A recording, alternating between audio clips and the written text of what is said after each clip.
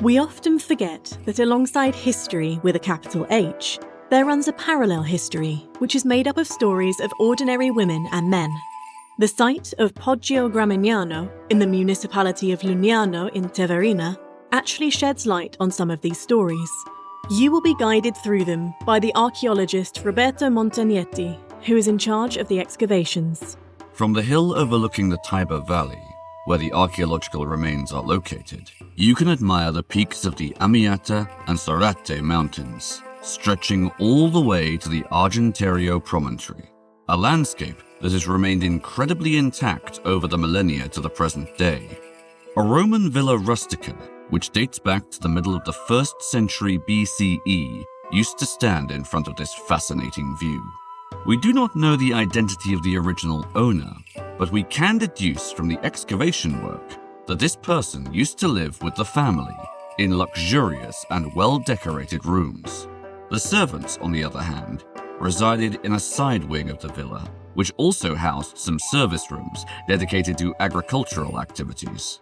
If you are wondering what an elegant residence of Roman times must have looked like, your curiosity can be satisfied by visiting this archaeological site.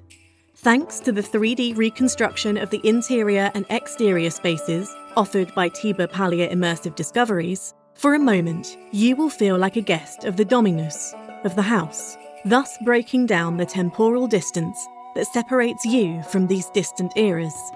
What more can we say about who inhabited the villa? An interesting discovery was made in 2018. A tile from the late 4th century bearing the name Leonsius, a member of the gens Leoniana. This name is strikingly similar to that of Lugnano.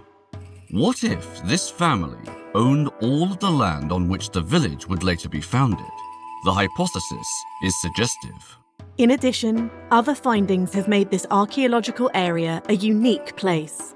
Indeed, in some disused service rooms of the villa, a cemetery of children was discovered, which can be dated back to the years between 415 and 435 CE.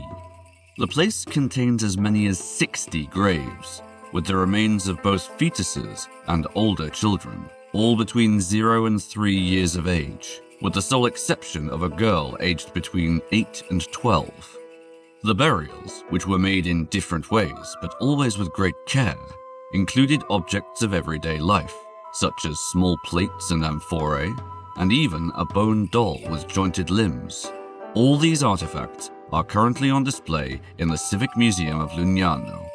Given the proximity to the Tiber, it is likely that these young lives were taken by malaria. However, the children were not left alone while crossing the threshold into the afterlife. For this journey, they could count on their best friends, such as puppies whose bones were placed inside the graves. The dog was in fact considered the guardian of the home, but also of the passage between life and death.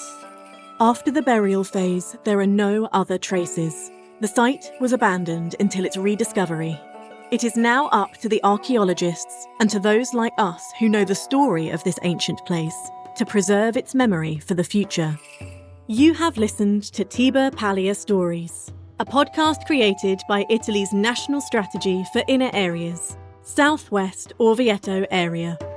The podcast was produced by Capitale Cultura Group and Artglass.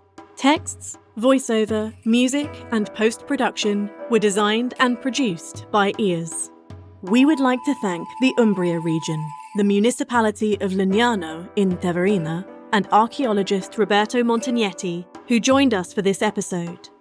To learn more about the ancient history of this territory, we encourage you to visit the archaeological sites of the Orvieto Amarino area and listen to the other episodes of this podcast.